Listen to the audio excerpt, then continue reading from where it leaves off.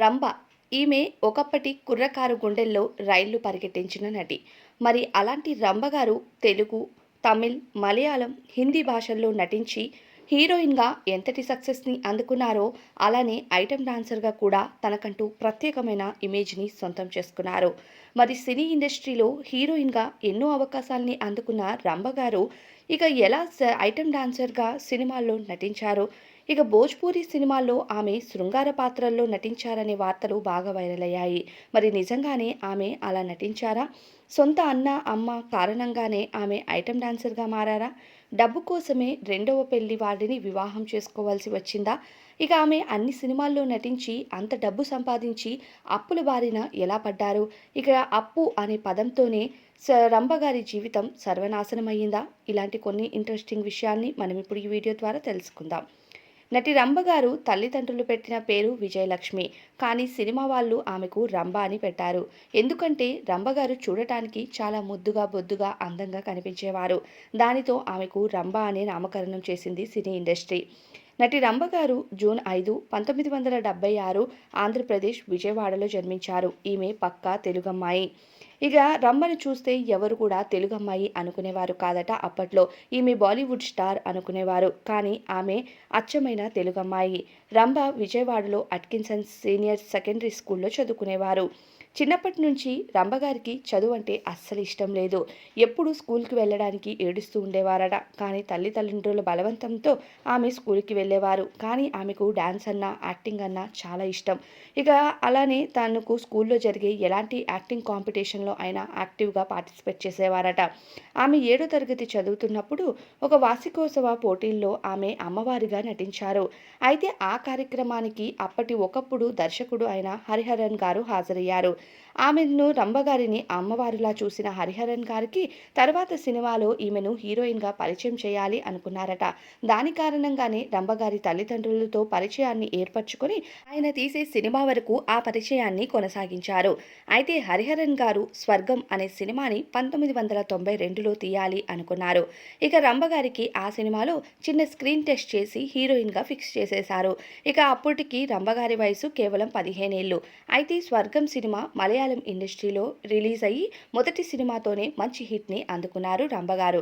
అయితే రంభగారు అచ్చమైన తెలుగమ్మాయి అయినప్పటికీ ఆమె సినీ కెరియర్ మాత్రం మలయాళం ఇండస్ట్రీలో మొదలుపెట్టారు. ఇక ఆ సినిమా సూపర్ డూపర్ హిట్ అవ్వటంతో తర్వాత రంభగారికి చాలా అవకాశాలు వచ్చాయి. అయితే హరిహరన్ గారు ఎప్పుడైతే 'స్వర్గం' సినిమాకు హీరోయిన్‌గా రంభగారిని ఫిక్స్ చేశారో ఇక రంభగారు హమ్మయ్య అనుకొని సినీ ఇండస్ట్రీకి హీరోయిన్‌గా ఫిక్స్ అయిపోయాను కాబట్టి చదువులకి గుడ్ బై చెప్పేయొచ్చు అని అక్కడితో చదువుకి ఫుల్ స్టాప్ పెట్టేశారు. సినీ ఇండస్ట్రీకి వెళ్ళటం తల్లిదండ్రులకు కూడా ఇష్టం ఉండటంతో ఇక రంభగారిని తల్లిదండ్రులు కూడా ఎంకరేజ్ చేశారు. 'స్వర్గం' సినిమా తరువాత మలయాళంలోనే ఆమెకు చాలా రకాల ఆఫర్‌లైతే వచ్చాయి. ఇక తెలుగులో మొదటిగా మనకు రాజేంద్ర ప్రసాద్ గారి సినిమాలో నటించి ఆమెకంటూ ప్రత్యేకమైన గుర్తింపుని అందుకున్నారు. ఈవీవి సత్యనారాయణ గారు రంభగారిని మన తెలుగులో ఇంట్రడ్యూస్ చేశారు. రంభగారు మొదట 'ఆ ఒక్కటి అడక్కు' అనే సినిమాతో తెలుగు ఆడియన్స్‌కి పరిచయమయ్యారు. ఇక 'ఆ ఒక్కటి అడక్కు' సినిమా సూపర్ డూపర్ హిట్ అయింది.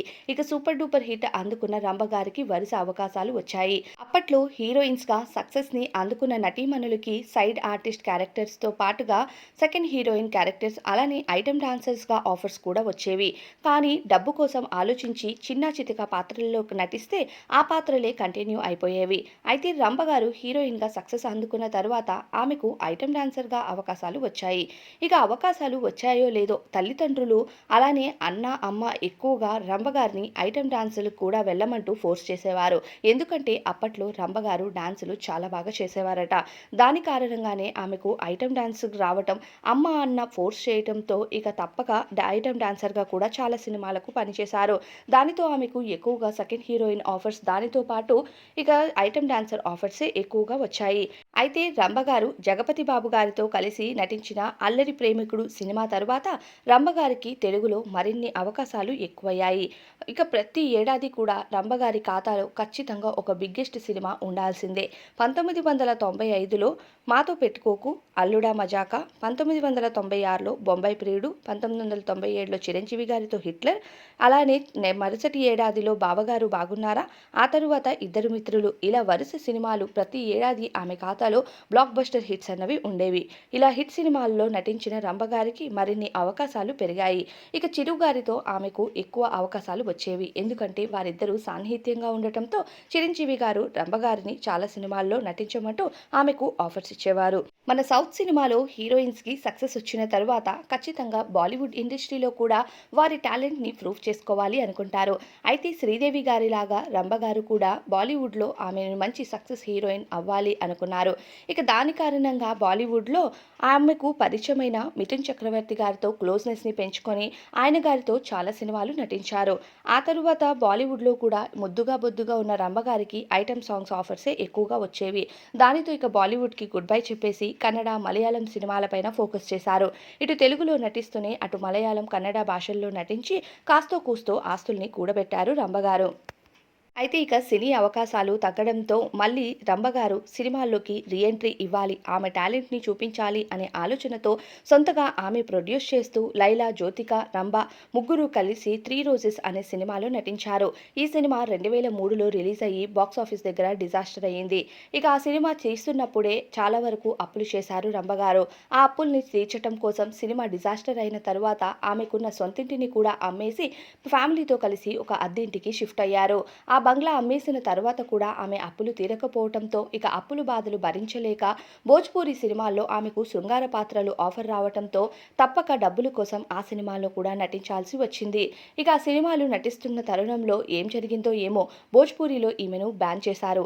దాని కారణంగా ఇక నటించడానికి చేతిలో అవకాశాలు లేక మళ్ళీ తెలుగులో ఐటెం డాన్సర్గా కొన్ని సినిమాల్లో నటించారు. ఇక ఆమె స్టెప్స్తో మంచిగా నెటిజన్ల దగ్గర మార్కులు సంపాదించిన వాటిలో వచ్చిన డబ్బులు కూడా అప్పులు కట్టడానికి ఆమెకు సరిపోలేదు. చేసేది ఏం లేక ఇక అప్పులు బాధల్ని భరించలేక ఒకసారి ఆమె తుదిశ్వాస విడవాలి అని కూడా అనుకున్నారు. ఆ టైంలో తల్లి చూసి వెంటనే హాస్పిటల్లో జాయిన్ చేయించి రంభగారి ప్రాణాలను కాపాడారు.